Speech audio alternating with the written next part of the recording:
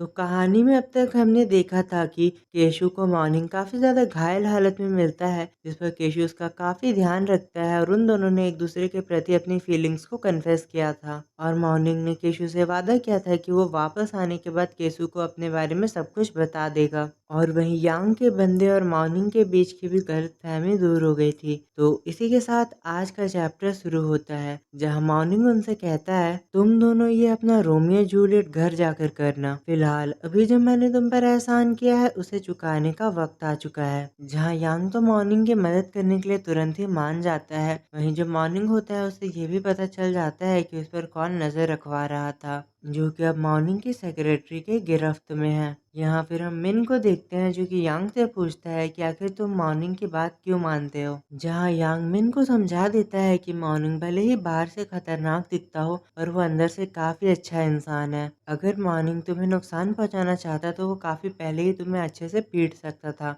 पर उसने ऐसा नहीं किया, तो तुम्हें उसका एहसानमंद होना चाहिए। जिस पर जो मिन होता है वो तुरंत ही मॉर्निंग से कहता है कि मिस्टर मॉर्निंग, मैं आपकी सारी मदद करने के लिए तैयार हूँ। जिस पर यांग तो तुरंत ही उसे अपने साथ खींच कर ले जाता है और कहता है, बेवकूफ कहीं के, चलो मेरे साथ। जिसके बाद वो सीन वहीं पे कट हो जाता है। अगला सीन हमें केशु का दिखाया जाता है, जिसे उसके बॉस आज एक बार फिर से एक कंपनी डिनर पर ले आए थे, जहाँ काफी ज्यादा ड्रिंक करने के बाद वो उल्टियां कर रहा होता है। वो सोचता है कि हर बार ये लोग मुझे यहाँ पर ले आते हैं और मुझे काफी ज्यादा ड्रिंक करने को कहते हैं। यहाँ बेचारा केशु तो अपने बॉस से परेशान हो चुका होता है और सोचता है कि अब मैं ये सब और नहीं कर सकता। तभी अचानक से उसे फील होता है कि कोई उसके पीछे है और हम देखते हैं वहाँ पे सेक्रेटरी वांग आया होता है। केशु से कहता है, क्या तुम्हें भी हाथ धोना है, तुम आकर धो सकते हो। और केशु तुरंत ही वहाँ से जाने की कोशिश करता है, पर जो वांग होता है वो तुरंत ही जाकर केशु को घेर लेता है, जिससे केशु से पूछता है, क्या तुम ठीक हो, तुम काफी ज्यादा नशे में लग रहे हो। पर हम वांग को देखते हैं, जो कि तुरंत ही केशु का हाथ काफी जोर से पकड़ लेता है और बुरी तरह से प्रेस करने लगता है। इस पर केशु से कहता है, सेक्रेटरी वांग, मुझे जाने दो, मुझे काफी दर्द हो रहा है। और वो तुरंत ही खुद को छुड़ाकर पीछे हट जाता है। इस पर वांग तुरंत ही उसे टच करते हुए कहता है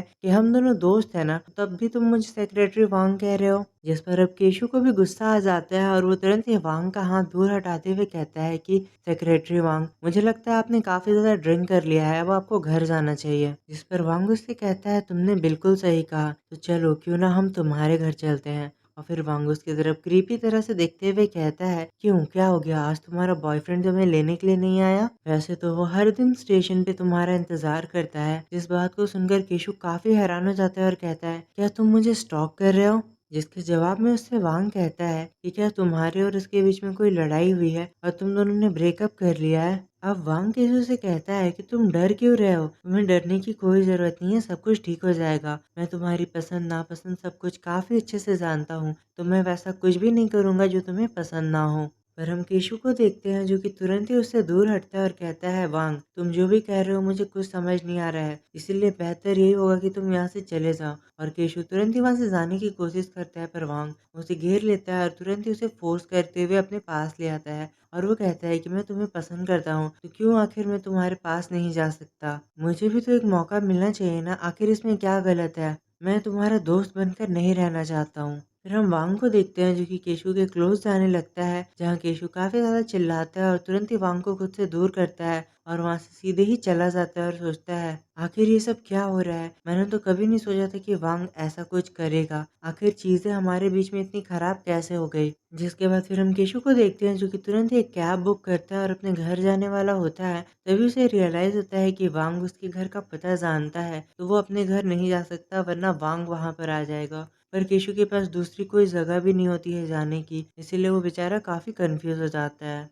यहाँ अब वो टैक्सी वाला केशु से पूछता है कि तुम्हें कहाँ जाना है, जिसका जवाब केशु नहीं दे पाता। तभी वो टैक्सी वाला कहता है, मैं समझ गया। और हमें दिखाया जाता है ये कोई और नहीं, मेन होता है, जो कि तुरंत ही गाड़ी चलाने लगता है। जिससे केशु सोचता है कि मैंने तो अभी से बताया ही नहीं कि मुझे कहाँ जाना है, और वो चिल्लाकर पूछता है कि तुम मुझे कहाँ ले जा रहे हो। जिसके बाद फिर हम मिन को देखते हैं, जो कि केशु को लेकर मॉर्निंग के अड्डे पर आ चुका होता है और वो मॉर्निंग से कहता है कि मैं इसे ले आया। मॉर्निंग केशु को इस हालत में देखकर काफी घबरा जाता है और उससे पूछता है कि आखिर इसे क्या हुआ, आखिर ये इस हालत में क्यों है। और वो तुरंत ही केशु को हक कर लेता है, जिस पर मिन उसे बताता है कि मैं तो पहली बार कार चला रहा था, तो मुझे तो बिल्कुल भी नहीं पता है। अब अगले सीन में हम केशु को देखते हैं जो कि अचानक से नींद से जाग जाता है और उसे अजीब-सा लगने लगता है। वो तुरंत ही मॉर्निंग को खुद से दूर करता है और कहता है कि मुझसे दूर हट जाओ, मुझे छूने की कोशिश भी मत करना। इस पर मॉर्निंग उसे समझाता है कि अपनी आँखें खोलो और देखो, अब तुम सेफ हो, मैं तुम्हारे पास हूँ। जहाँ केशु जैसे ही मॉर्निंग को देखता है उसकी आँखों में आँसू आ जाते हैं और वो तुरंत ही मॉर्निंग को हग कर लेता है और यहाँ मॉर्निंग उसे कहता है कि अब तुम ठीक हो, तुम सेफ हो। यहाँ अब हम केशु को देखते हैं जो कि रोने लगता है और कहता है उसमें मेरी कोई गलती नहीं थी, मैंने कुछ भी नहीं किया है। जहाँ मॉर्निंग को सब समझ आ जाता है और वो कहता है क्या उसने तुम्हारे ऊपर कुछ फ़ोर्स करने की कोशिश की? इस पर केशु हाँ में जवाब देता है, जिससे मॉर्निंग उसे और भी ज़ोर से हग कर लेता है और कहता है कि तुम पूरी तरह से सेफ हो, अब तुम मेरे पास हो। फिर मोनू उससे कहता है, "क्या उसने तुम्हें किस करने की कोशिश की?" इस पे केशव बताता है कि हाँ, बिल्कुल। और जहाँ वांग ने ऐसे किया होता है, मॉर्निंग वहाँ पर उसे किस करता है और कहता है कि अब तुम उसके बारे में भूल जाओगे। और फिर वो दोनों काफ़ी ज़्यादा क्वालिटी टाइम स्पेंड करने लगते हैं, जिससे केशु का डर धीरे-धीरे होकर जाने लगता है और मॉर्निंग उससे कहता है, "क्या तुम अब अच्छा फ़ील कर रहे हो?" इस पर केशु उससे कहता है कि हाँ। अब केशव मॉर्निंग से पूछता है कि आखिर तुम्हें कैसे पता चला कि मैं मुसीबत में हूँ और तुमने तुरंत ही उस लड़के को मेरी मदद करने के लिए भेज दिया। जिसमें मॉर्निंग उसके हाथों पे किस करता है और उसकी तरफ देखते हुए कहता है कि अगर मैं तुम्हें बताऊं कि मैं माफिया का हिस्सा हूँ, तब क्या फिर भी तुम मुझसे प्यार करोगे? उसके इस सवाल से केशु काफी हैरान हो जाता है और ये सीन यहीं पे कट हो जाता है। अगला सीन यांग का स्टार्ट होता है जहाँ पर वो ऐसे ही घूम रहा होता है, तभी एक इंसान उससे नंबर मांगने के लिए आता है और वहाँ मिन आ जाता है, जिसे ये देखकर काफी जेलसी होने लगती है और वो तुरंत ही वहाँ पर आता है और कहता है कि तुम मरना चाहते हो। जिस पर यांग तुरंत ही आकर कार में बैठ जाता है। अब फिर यांग तुरंत ही मिन को किस करते हुए कहता है, बेबी तुम जेलसी में तो और भी ज्यादा हॉट लगते हो। यहाँ मिन अब उससे कहता है कि अब तुम्हारे पुराने पैतरे नहीं चलेंगे, तुम्हें खुद को बदलना होगा मेरे साथ रहने के लिए। जिस पे यांग कहता है, मैं समझ गया। अब अगला सीन स्टार्ट होता है और हम यांग को देखते हैं जो कि फिर से पुरानी यादों में खो जाता है और वो फिर से उसी टाइम पे चला जाता है जब मॉर्निंग ने उसके सर पर बंदूक तानी थी। और यांग ने मॉर्निंग से कहा था कि अगर मैं तुम्हारे साथ एक रात बिताऊं तो क्या तुम मुझे जिंदा छोड़ दोगे? और अब हमें फाइनली उसके बाद का सीन दिखाया जाता है। उसकी इस बात को सुनकर मॉर्निंग काफी गुस्सा हो गया था और उसने तुरंत ही गोली चला दी थी। इसके बाद अगले सीन में हम यांग को पानी में डूबते हुए देखते हैं, जिसके कुछ देर बाद ही वो बाहर आ जाता है और वो खुद को जिंदा पाकर काफी हैरान हो जाता है और वो सोचता है कि मुझे आज तक ये समझ नहीं आया कि आखिर मॉर्निंग ने उस दिन मुझे जिंदा क्यों छोड़ा था। फिर यांग हमें बताता है कि उस दिन के बाद से मैं अनाथ हो गया था, क्योंकि मेरे फादर ने तो ऑलरेडी मुझसे रिश्ता तोड़ दिया था। मेरे पास कुछ भी नहीं बचा था। मैं एक अमीर खानदान का इंसान था, तो मुझे काम करना तो बिल्कुल भी नहीं आता था। मेरे लिए लाइफ काफी मुश्किल हो चुकी थी। मुझे अपना सारा समय सड़कों पर बिताना पड़ता था। मेरे पास खाने के लिए भी कुछ नहीं होता था। एक पल के लिए तो मैंने सोचा कि मैं पुलिस के पास जाऊं मदद के लिए, पर मैं ऐसा भी नहीं कर सकता था, वरना उन लोगों को मॉर्निंग के बारे में पता चल जाता और मैं मॉर्निंग को मुसीबत में नहीं डालना चाहता था। और तभी एक दिन मेरी मुलाकात हुई एक लड़के से और हम देखते हैं एक लड़का आकर यांग से कहता है कि अगर तुम भूखे नहीं मरना चाहते हो तो मेरे साथ चलो। और यांग जो कि काफी ज्यादा मुसीबत में था, वो उसकी बातों को मानकर उसके साथ चला जाता है। इसके बाद वो लड़का यांग को ले जाकर एक प्रोस्टिट्यूट बना देता है और यांग की यही जिंदगी हो जाती है। उसे दूसरों को खुश करना पड़ता है अपने खाने के लिए। फिर जिसके बाद 2 साल इसी तरह बीत जाते हैं और अचानक से एक दिन वो जिस शॉप में काम करता था उसमें काफी ज्यादा हंगामा होने लगता है और कुछ गोलियां चलने की आवाज आती है। यांग तो काफी हैरान था। वो सोचता है कि मैं 2 सालों से यहाँ हूँ और यहाँ पे काफी माफिया आते जाते रहते हैं। जिस इंसान ने मुझे यहाँ पर काम पर रखा वो भी माफिया था, तो मैं चाहे कितनी भी कोशिश करूँ मैं अपनी जान बचाकर यहाँ से नहीं जा सकता।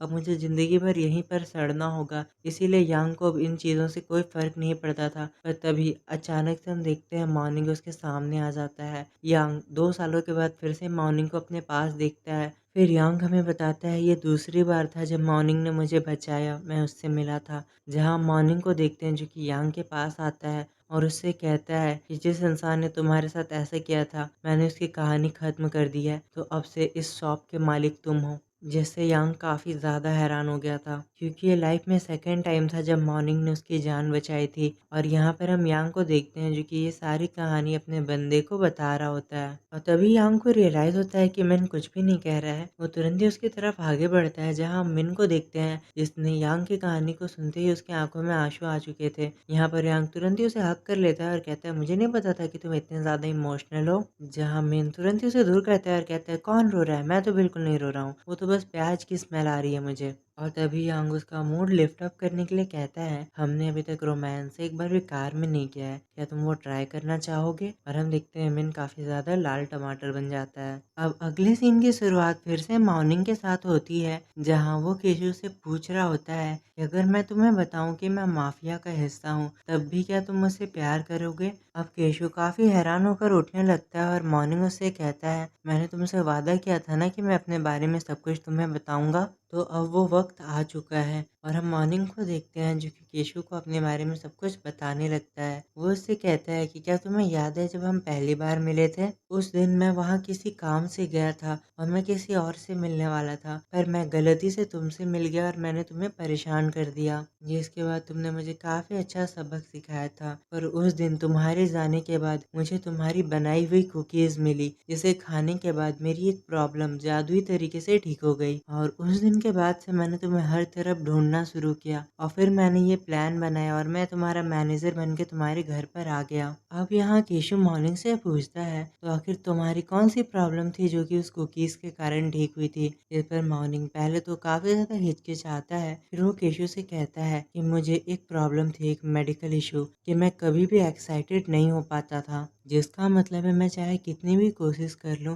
मैं किसी के भी साथ रोमांस नहीं कर पाता था। मैंने काफी कोशिशें की, काफी सारी दवाइयाँ ट्राई की, पर किसी भी चीज ने मेरी मदद नहीं की। पर एक दिन मुझे तुम मिले और तुम्हारी कुकीज मिली, जिससे मैं पूरी तरह से ठीक हो गया। यहाँ पर हम केशु को देखते हैं जो कि काफी हैरान होकर उसकी बातों को सुनने लगता है, फिर तुरंत ही वो काफी जोर जोर से हंसने लगता है। यहाँ हंसते हुए ही केशु मॉर्निंग को भिगा देता है और काफी जोर से हंसते हुए कहता है, क्या तुम मजाक कर रहे हो कि मैं एक पल के लिए मान भी लूं कि तुम माफिया का हिस्सा हो, पर मैं ये मान ही नहीं सकता कि तुम्हें इरेक्टाइल डिसफंक्शन था। ऐसा तो हो ही नहीं सकता है, क्योंकि तुम तो मुझे जब भी देखते हो तुम काफी ज्यादा एक्साइटेड हो जाते हो। और बेचारा मॉर्निंग उसे काफी ज्यादा एम्बैरेसिंग फील होने लगता है। अब केशव शांत हो जाता है और मॉर्निंग से कहता है, अगर तुम सच में माफिया का हिस्सा हो तब तुम्हें क्या ही जरूरत थी मेरा मैनेजर बनने की और ये सब नाटक करने की? तुम तो काफी आसानी से मुझे किडनैप कर सकते थे और वो सब करने के लिए फोर्स कर सकते थे। तभी हम अचानक से मॉर्निंग को देखते हैं जो कि अपने माफिया वाले फॉर्म में आ जाता है और कहता है, हाँ तुमने मुझे याद दिला दिया कि मैं माफिया हूँ। और वो तुरंत ही केशु के हाथों को दूर करता है और उसके ऊपर आ जाता है, जिससे केशु काफी हैरान हो जाता है। और फिर हम उन दोनों को काफी ज्यादा रोमांटिक टाइम साथ में स्पेंड करते हुए देखते हैं।